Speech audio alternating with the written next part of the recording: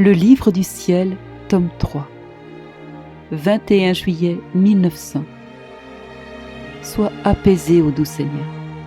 Épargne ces personnes de si cruelle destruction.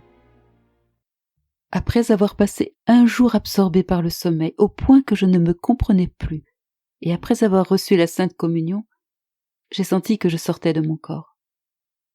N'ayant pas trouvé mon seul et unique bien, j'ai commencé à errer comme dans le délire. Pendant que je le faisais, j'ai senti une personne dans mes bras. Elle était si complètement recouverte que je ne pouvais pas voir qui elle était.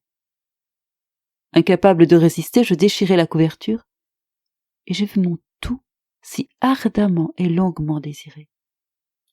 En le voyant, je commençai à me répandre en plaintes et en diverses idioties. Mais pour diminuer mon impatience et mon délire, Jésus baisa la misérable créature que je suis. Ce baiser divin ramena en moi la paix. Il réduisit mon impatience au point que je ne savais plus quoi dire.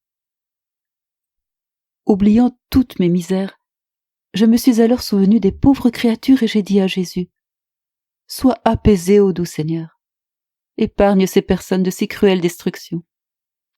Allons ensemble dans ces régions où ces choses arrivent pour que nous puissions encourager et consoler tous ces chrétiens dans un si triste état. » « Ma fille, me répondit Jésus, je ne veux pas t'amener, car ton cœur ne supporterait pas la vue d'un tel carnage.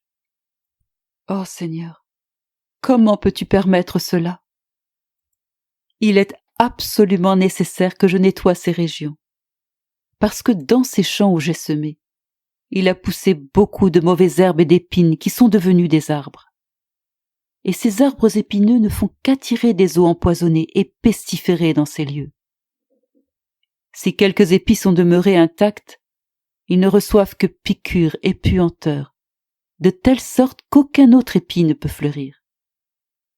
Ces épis ne peuvent fleurir parce que, premièrement, le sol est recouvert de toute espèce de mauvaises plantes, et deuxièmement, ils reçoivent de continuelles piqûres qui ne leur laissent aucune paix. D'où le besoin de destruction pour révéler toutes les mauvaises plantes et aussi le besoin de sang versé pour purifier ces champs de leurs eaux empoisonnées. Pour cette raison, je n'ai pas voulu t'amener. Le nettoyage est nécessaire, pas seulement aux endroits où j'ai déjà envoyé des punitions, mais aussi dans tous les autres endroits. Qui pourrait décrire la consternation de mon cœur en entendant ces paroles de Jésus ? J'ai néanmoins insisté pour aller voir ces champs. Mais ne faisant pas attention à moi, Jésus disparut. En essayant de le retrouver, j'ai rencontré mon ange gardien et quelques âmes du purgatoire qui me firent rebrousser chemin, ce qui me força à réintégrer mon corps.